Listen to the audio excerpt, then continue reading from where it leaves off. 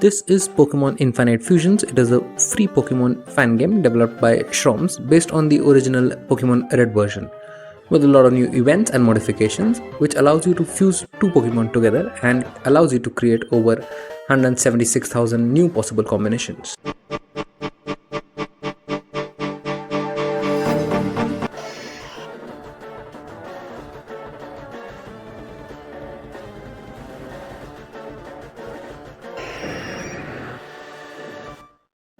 I am greeted at the start of my journey by my application to the Pokemon League, which confusingly asks me my age, 17 obviously, my gender, male if there was any doubt, and then my name, Doc MVEO.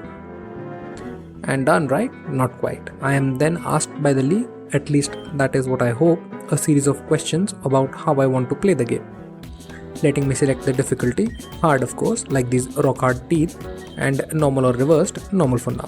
Now I am finally ready to play the game, right? Greeted by Professor Oak, nope. I am introduced to the world of fused Pokemon by Silphco.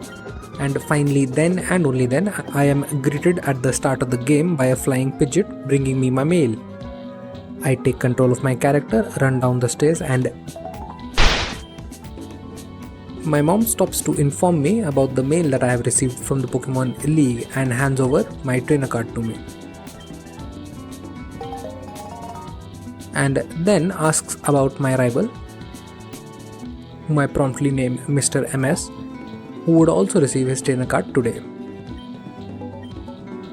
I quickly run out of the house, not wanting to be stopped by anyone anymore, but I am greeted by Mr. MS at the entrance of my house. He tells me about how he will start his journey today, unlike me, in his dreams of course, and then gets the absolute shock of his life when I tell him that I too am starting my journey today. What an absolute MS characteristic. He quickly runs off to the lab to receive his starter, unbeknownst to the fact that I might receive my starter before him. I head over to Route 1 to trigger Professor Oak to come out of the grass looking for me, like the routine Pokemon Kanto game start, and voila, here comes Oak to try and stop me, into another monologue of how it is dangerous to go out there without a Pokemon, and then proceeds to teleport us to his lab to end our misery and finally let me start the game. As scripted, I get to choose my starter first over his own grandson, just because I teleported with him to his lab. What an absolute legend, grandfather of the year, 10 on 10. And now that I've regained control of my character, I make the choice of picking Bulbasaur, the grass starter, due to his insane early game advantage over Brock, Misty, and a resistance to Lieutenant Surge. Once into the mid and late game, I could make broken fusion monsters, which would be more beneficial than just one starter choice. I just needed to survive long enough to reach the point where I can make the most busted combinations possible. As soon as I receive Bulbasaur, Mr. MS goes and takes both the remaining starters and fuses them just to piss me off. What an absolute MS move.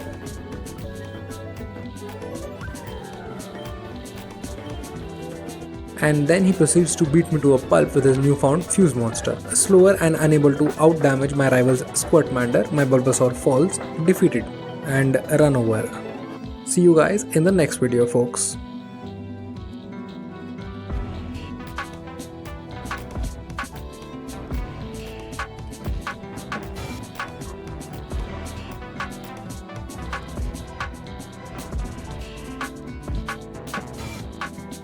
Well, no, because the run starts only after we receive our Pokeballs.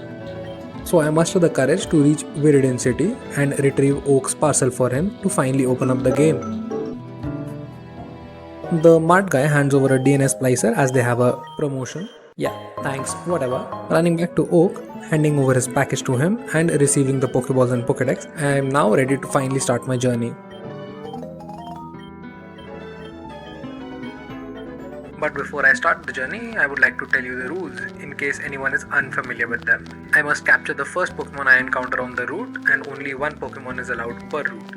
If it faints, runs away, or if I don't have any balls to capture it, I don't get an encounter for that route. If my party Pokemon faints, it is considered dead and cannot be used for the entirety of the run. Since this is a hardcore playthrough, it means no over leveling past the current gym leader's highest level team member, no use of items in battle, and no held items. In the interest of time, I'll be using the debug menu to give myself infinite rare candies, max repels, along with infinite splicers and reversers. Nothing more, nothing less. Finally, since this is a fusion game, I would battle the boss challenges using fused Pokemon only. At this moment, my first boss battle is with Brock with a level cap of 14, and I have available to me Route 1, 2, Viridian Forest, and Route 22, with the encounters being Pidgey, Centric, Kakuna, and Mankey respectively. I proceed to beat Mr. MS at Route 22, who makes the mistake of going to the Pokemon League at this very early stage, without any gym badges in hand, expecting a grand welcome. What a loser! I beat the crap out of his Pokemon, with Centric barely surviving on 1 HP thanks to Mr. MS's sheer stupidity.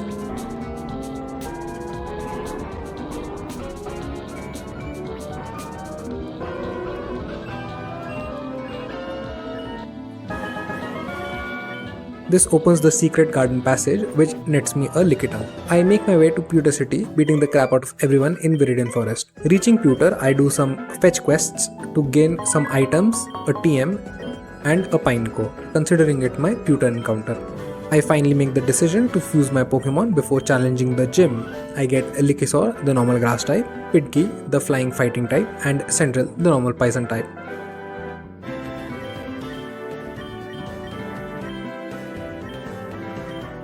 I challenge Brock with Pidgey and Likisaur.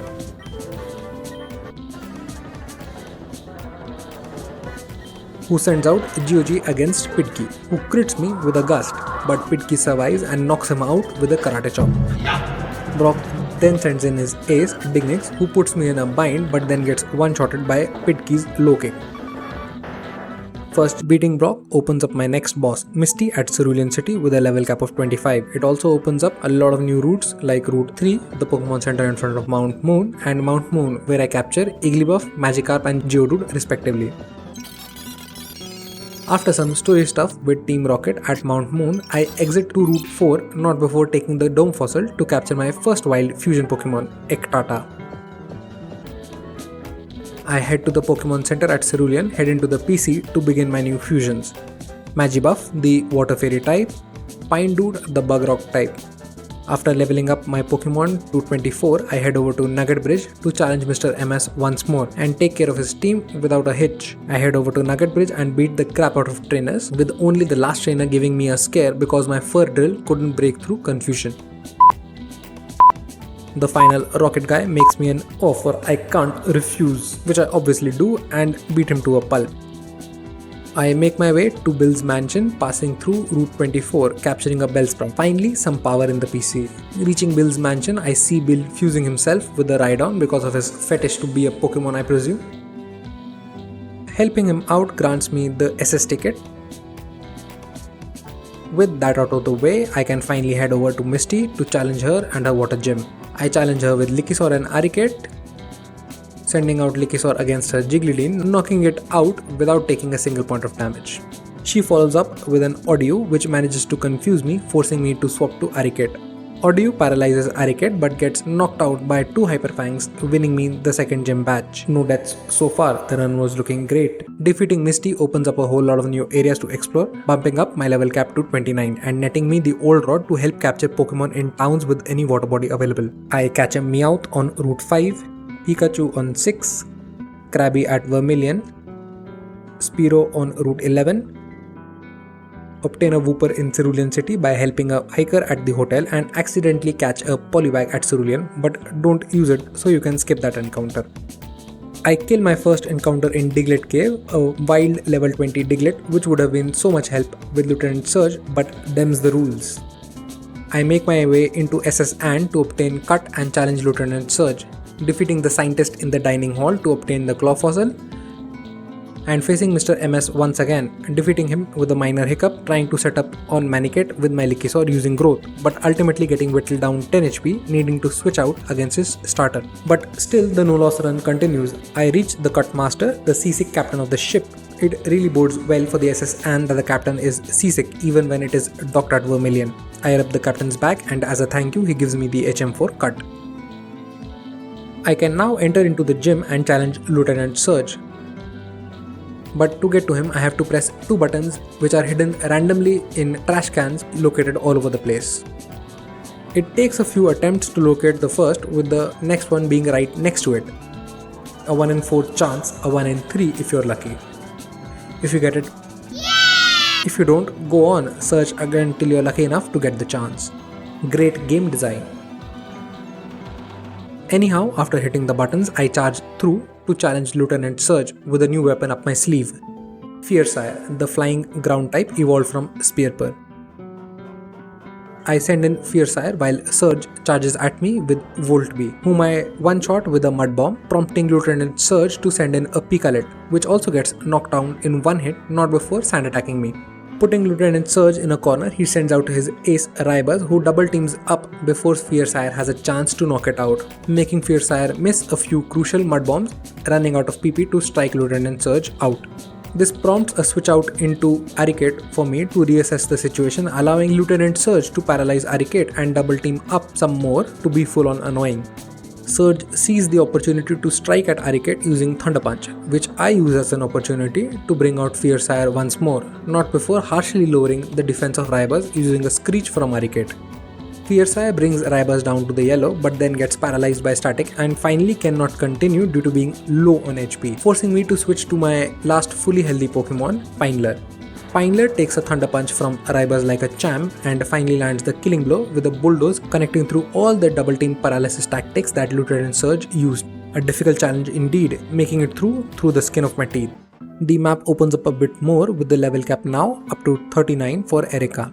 With cut at hand, I make my way to Pewter City to enter into the backside of Pewter Museum to obtain the old amber through another questline by taking on some Beedrills in the process. I make my way to Lavender Town through Rock Tunnel, capturing a Zubat on Route 9, Cubone on Route 10, Voltorb in the power plant, a Machop at the Rock Tunnel, not knowing that you could get a Honedge and Honedge from an old man as a tribute to the Legend of Zelda series. I trekked to the tunnel to finally reach Lavender Town, where a man offered me an egg for 5000 Pokédollars, which I refused for some reason I am unable to comprehend at the moment. I capture a Growlithe on Route 8 and a trainer tries to self-destruct his coughing on me, which stops because I gave Fiersire the ability Damp. That was a close call. I make my way to Route 7 to capture myself a Houndour, but in the process I run into a battle with an elderly woman. She sends out her Glurion while I have my starter Likisaur on the field. Thinking this might be a Vaporeon Gloom fusion, I stupidly lock myself into Petal Dance, which is quad resisted by it. It traps me in with a Fire Spin and locked in with Petal Dance. I watch in horror as my starter confuses itself and is unable to make it out of the matchup alive. My first death of the run, my starter, whom I now must put in the death box and bid adieu, determined not to make the same mistake again. I help a lady walk her EV around Celadon City, who is so happy with my service that she lets me keep it. But with the death of my starter, I have to make a new addition to my team. I decide it is time to bring back Garapuff to the team and make my way to Lavender Town to challenge Mr. MS, who teases me that my Pokemon don't look dead. Way to rub salt on my wounds. I take on his team with no difficulties and carry onwards to see more story stuff regarding Mr. Fuji and Team Rocket, only to be stopped because I don't have the Silph Scope. Running back to Celadon, I meet with Erika and inform her about the predicament. She helps me infiltrate Team Rocket's hideout, which for some reason is now in the underground sewers of Celadon. In the sewers, I capture for myself a Grimer and move on to beat the crap out of Team Rocket with the help of Erika. At the end of the sewers, we reach the Rocket hideout, where Erika and I end up at a fork in the road and split up to meet at the end. I push onwards and find myself facing a defeated Erika. Giovanni laughs at me, telling he wouldn't be defeated and issues his challenge, sending out his Arnix against my Pidip, forcing me to switch out to Fiersire to take care of it. In the process, Fiersire and Pidip both lose a lot of HP, but Fiersire manages to take out Arnix. Giovanni then sends out Ariras, to counter which I pivot to Garapuff. Garapuff takes down Ariras with ease, not losing much HP in the process. Finally, Giovanni sends out his ace, Hong Khan, who gets a lucky defense drop against my Garapuff, forcing me to switch to Foreller. With one Shadow Ball, it takes down Foreller from 85 to 27, forcing me to switch once more, this time into Aricate, who also gets knocked down to less than half HP on the switch in, leaving me in a dilemma to take the risk or not take the risk. That was the question. Would my Aricate outspeed and take down this behemoth? I was pretty unsure and switched into my last fully healed Pokemon, Furdle, hoping it would take the hit. And it does survive, still in the green, allowing me to go on the offense and take out Honkan with a little over 40 HP remaining, winning me the battle. Giovanni is equally surprised to see me win and gives a small monologue on how well I have raised my weapons of mass destruction. I am free to swipe the Silph Scope and progress further onwards, which I definitely do. The next challenge I face is to build a team for Erika without a fire type in my party or my flying types knowing any good flying moves. I turn to the power in the PC. I make Grylith, the poison fire type, Houndchop, the dark fighting type, Bellop, the grass electric type, which probably in hindsight I could have made poison electric Voltsprout. I then proceed to take on Erika with my newfound Frankenstein's monsters. Erika sends out her Execudo while I lead with Houndchop, and she proceeds to put me to sleep. Not realizing Execudo is part flying, I stay in trying to get my monster to wake up, thinking what possibly my opponent could do to me. A single pluck sends me onto the back foot, and taking a look at my party, I realize my mistake quickly and the flaw in the composition is apparent. I did not account for any flying weaknesses or resistances to it, and I'm left with no other option than sending out Mulet to tank the hit. Erika dumbfoundedly goes for a Seed Bomb, which I quad resist, making the switch in a great turn for me. I make sure to take out Execudo while maintaining the HP bar in green and get ready to take on her next monster, Tanep, which outspeeds me and puts me to sleep once again. Again, not realizing the coverage on this monster, I stay in and try to get in some chip damage or get my Mulet to wake up. When to my horror, Tanep goes for an ancient power which crits and brings me down into the red, but since Mulet is slower and manages to wake up immediately, it doesn't go down without a fight and brings Tanep down to the yellow HP. Understanding that I can't stay in, I'm forced to switch into Pidape, and I see Erika making another astounding switch into her ace while well. With my flying fighting type, I know it cannot touch me and immediately go for the wing attack, and I'm able to get it down with 2 shots without taking any damage to Pidape. Finally, Tanep comes in and is outsped and taken out by my Pidape. MVP! Now the game is starting to heat up and is not the cakewalk it may seem. I proceed to Route 16 to get myself a Doduo and DHM for Fly. With Snorlax blocking the pathway, I needed to get the Pokeflute from Mr. Fuji, so onto Lavender Town to rescue him. I proceed to make it up to the tower to reach Mr. Fuji and catch a Ghastly as well as save some possessed trainers in the tower. At the top of the tower, I faced my toughest challenge till yet, the haunted girl who sends out a level 44 Gen Walk, which was 2 levels above the current level cap of 42 after beating Erika. I lead with my level 39 Forella, which gets taken down to less than half HP by one mean and Dark Pulse. I make a pivot into Aricate for getting the part ground typing on Gen Walk and getting one hit in before being taken out by a Stomping Tantrum. The pain of losing another Mon in a similar and stupid fashion makes me think I haven't learnt my lesson. I slow down, think hard and make a switch to Pidape, which in hindsight was the better option to take down the stupid Gen Walk. You live and you learn, right? No way I would make the same mistake again. This time I learnt my lesson. I climb up the last flight of stairs filled with regret of losing another Mon to another stupid mistake, itching to destroy some Team Rocket grants. But no one was there, only Mr. Fuji waiting for us, and gives us some story explanation and the Pokeflute to help advance the plot. I move downwards to Route 12 to wake up the sleeping Snorlax, which was so grumpy that it nearly destroyed my entire team, but was eventually caught. Finally, a decent encounter which was very much usable, something to be excited about. I then make my way down the cycling road, beating some trainers along the way and catching a Horsey on the way out, moving on to Route 18 and grabbing a Venomoth as well, and finally entering Fuchsia City. I grab the HM for Strength from Janine and make my way into the Safari Zone for the HM for Surf and my next encounter. I learn that there is a rare encounter deep within the Safari Zone desert area, to which I make my way in hopes of finding some pseudo-legendary Pokemon. What awaits is a level 45 Volcarona, which sounds like a great deal, and I try to catch it, but it flees, making this trek a waste. I head out, trying to get more encounters, head on to Route 14 and run into a trainer who sends out a Farchamp. I am in a tight spot with my Houndchamp on the field and make the mistake of going into Pidape to avoid the flying move, forgetting the part fighting typing that Pidape has. Farchamp one-shots it with the souped up acrobatics. This breaks me as Pidape was one of my run carriers. We had been through so much together and I lose it based on a simple stupid mistake. Third time's the charm. I barely make it out through the skin of my teeth using Forlum and Fiercire. I head back to Fuchsia City to take on the gym and cut my losses short and up my level cap to better take on the trainer battles along the way.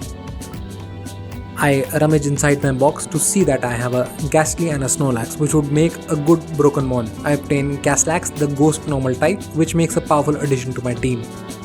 With that replacing the fallen Pidip, I thought I was ready to take on the next gym leader, Koga, the Poison Master. It is a 4v4 battle in which I start off with Fiercire against Koga's Venomer, which I easily one-shot with a Drill Peck.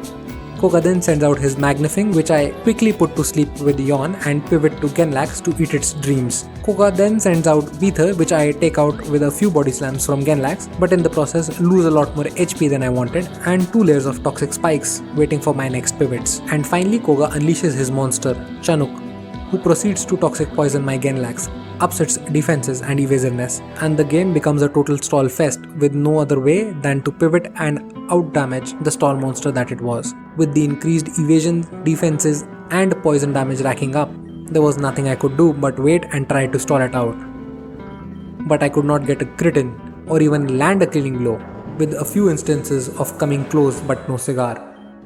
And so, one by one, all my comrades went down, starting with Hongchamp, Forlum, Genlax, and finally Fiercire, ending the run wiping out at Koga. Well, that is it folks. This run ends at Koga for now. Maybe I'll try and beat the game in my next attempt, taking the lessons I have learned from this run and push forward. I will try once more if you guys request it. Till then, this was Dr. Mehta from Dr. Mehtaverse, signing out.